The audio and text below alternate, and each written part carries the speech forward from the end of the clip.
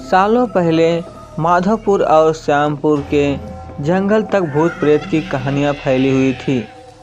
पास के ही गांव के लोग इन्हें जंगलों में अपने जानवर चराते थे, लेकिन भूत प्रेत के डर से शाम होने से पहले लौट जाते थे। एक दिन राजू भी उसी जंगल में अपनी बकरियों के लिए घास लेने के लिए गया था। अक्सर काम से जी चुराने वाला राजू मजबूरी में जंगल आया था, इसलिए उसका मन घास काटने का बिल्कुल भी नहीं था। जंगल में आसपास उसने देखा कि घास नहीं है, क्योंकि सारी गाय बकरी घास खा गई थी।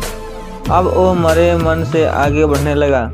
जाते जाते वो करीब जंगल के बीच पहुंच गया था। वहाँ काफ़ी हरी घास और पत्तों से लदे हुए पेड़ थे। पास में ही झरना भी बह रहा था। ये सब देखकर राजीव को और आलस आ गया। उसने सोचा कि कुछ देर पत्थरों पर बैठकर आराम कर लेता हूँ। लेटते ही राजू गहरी नींद में चला गया और सपने देखने लगा। सपने में ही राजीव जंगल का रास्ता भूल गया और उसने एक अजीब से आदमी को भी देख लिया। आदमी की शक्ल इतनी डरावनी थी कि राजीव की नींद खुल गई। डरा हुआ राजीव एकदम उठा और बकरियों के लिए घास काटने लगा। भले ही वो घास काट रहा था, लेकिन उसके जहन से सपने वाले उस डरावने इंसान की शक्ल जा ही नहीं रही थी। राजीव घास जल्दी जल्दी काट रहा था, क्योंकि सूरज लगभग ढलने ही वाला था। उसने कुछ देर बाद दो लोगों की आवाज़ सुनी। वो दौड़ता हुआ उस आवाज़ की तरफ बढ़ने लगा। उनके पास पहुंचकर राजीव कहने लगा कि मुझे मेरे गांव जाने का रास्ता बता दीजिए। उसकी बात सुनते ही वो दोनों वहां से एकदम गायब हो गए। उन्हें एकदम से गायब होता देख हैरान राजू बेहोश हो गया।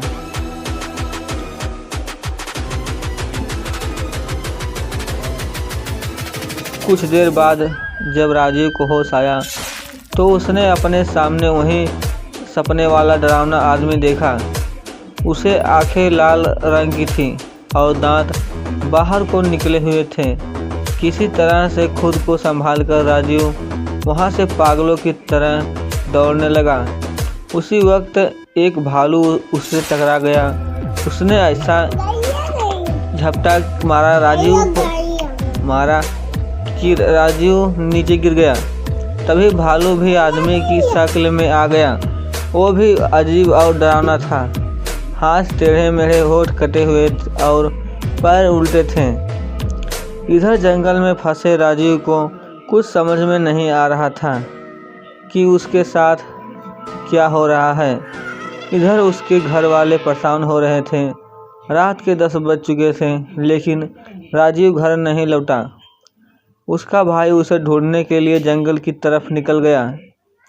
राजीव का भाई एक पैर से ठीक से चल नहीं पाता था, इसलिए मदद के लिए उसके माता पिता के साथ ही गांव में के कुछ लोग भी निकल पड़े।